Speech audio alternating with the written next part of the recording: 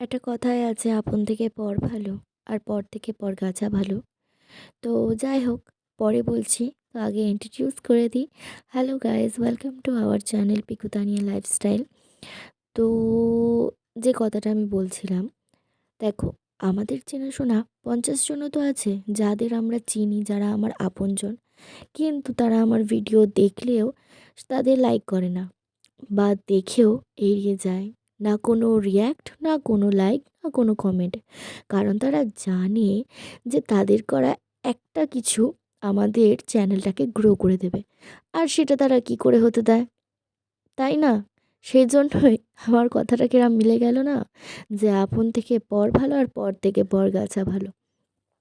তোমরা দেখো, আমাকে যারা চেনো না, জানো না, তারা আমার ভিডিও দেখো, লাইক করো। হ্যাঁ, জানি আমার ভিডিওতে এখন আমার চ্যানেলটা এত গ্রো হয়নি। আমার প্রায় 1 বছর হয়ে গেল, কিন্তু আমার চ্যানেলটা এখনও পর্যন্ত আমি সেইভাবে, মানে সেই পজিশনে তুলতে পারিনি। কারণ ছোট ছেলে নিয়ে আমি একদম পারি না।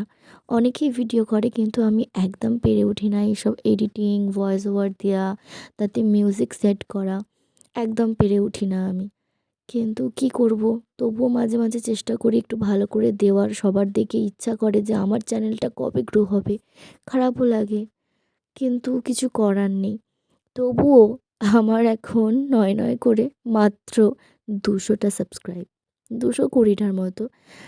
এই 200টা লোক, কেউ আমার আপনজনও আছে, আবার কেউ বাইরের জন্য আছে।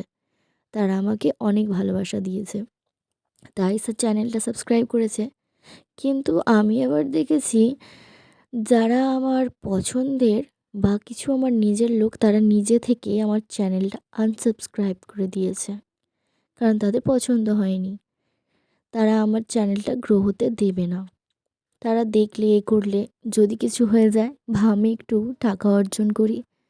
হ্যাঁ, হয়তো তোমরা ভাববে যে এই তো মাত্র 200টা সাবস্ক্রাইব, তাই নিয়ে এক্ষুনি টাকার কথা ভাবছে। কিন্তু যারা হাউসওয়াইফ তারা একমাত্র জানে যে কিছু কিছু টাকা, মানে নিজে অর্জন করাটা যে কত বড় একটা ব্যাপার, সেজন্যেই সেই স্বপ্নটা দেখা। তো যাই হোক, এখানে তোমাদের সাথে কথা বলতে বলতে আমার প্রত্যেকটা কাজই হয়ে গেছে। আর এখানে এখন আমি জামা কাপড় গরম জলে দিচ্ছি, মানে ডুবিয়ে, মানে মেখে দিচ্ছি আর কি। আর এখানে জলটা খুবই গরম বলে আমি একটা লাঠির সাহায্যে সেগুলোকে ভেজাচ্ছি। আর এইখানে আমার মা কিছু তরকারি পাঠিয়েছে, এটা হচ্ছে পমফ্রেট সর্ষে, আর এদিকে কিছু চিকেন পাঠিয়েছে। বাহ, যেহেতু আমার কাছাকাছি বিয়ে হয়েছে, ভালো মন্দ, মানে একটু ভালো মন্দ হলেই আমার জন্য, আমার ছেলের জন্য, আমার বরের জন্য পাঠিয়ে দেয়।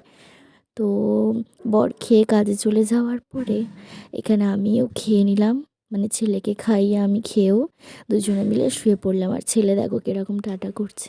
যাই হোক, একটু পাশে থেকো, আমি যদি একটু চ্যানেলটাকে উপরে তুলতে পারি।